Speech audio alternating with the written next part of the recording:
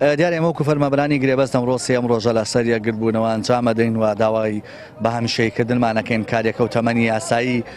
گرێبەستمان تێپەڕاندووە کە 3 ساڵەوە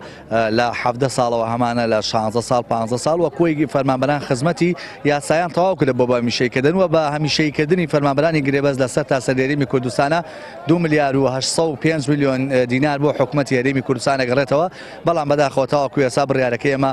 نەدراوە بکرێن بە هەمیشەیی بەداخەوە حکوومەتی هێرمی کوردستان ئەوێ وەکو هەموو قەیرانەکانی تر قەیرانی دامەزراندنیش بەردەوام کا وەکو چۆن قەیرانی بانزینە قەیرانی کارەبایە قەیرانی موچایە ئەمەشی دووارە کردووەتەوە. ئێمە وەکو فەرمانبەرانی گرێبەست بۆ ماوەی 3 ڕۆژە گرتبوونەوەمان ئەنجام داوە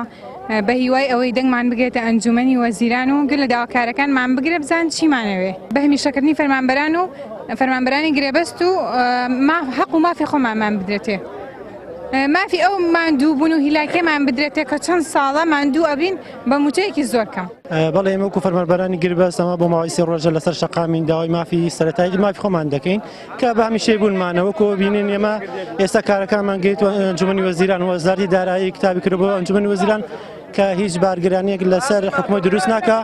بۆ ئەوەی کە ئێمە بکەین بە هەمیشەیی هەمانە زیاتر لە 14-15 ساڵە گرێبەستە من خۆم 9 ساڵە گرێبەستم لە بەڕێوەبەرایەتێک هیچ مافی امتیازاتی معنەوی مادیشم نییە بۆیە لە زۆر ماف بەشم. ئێمە وەکو گرێبەست من خۆم 9 ساڵە نەخۆشخانە گشتی کەلار داوامەکەم تاوەکو ئێستا نەکراین بە هەمیشەی لە هەموو جێگایە تا 3 ساڵە دوای 3 ساڵەکە ئەکرێ بە هەمیشەی بەڵام لەلای ئێمە ئەبێ بە گریان و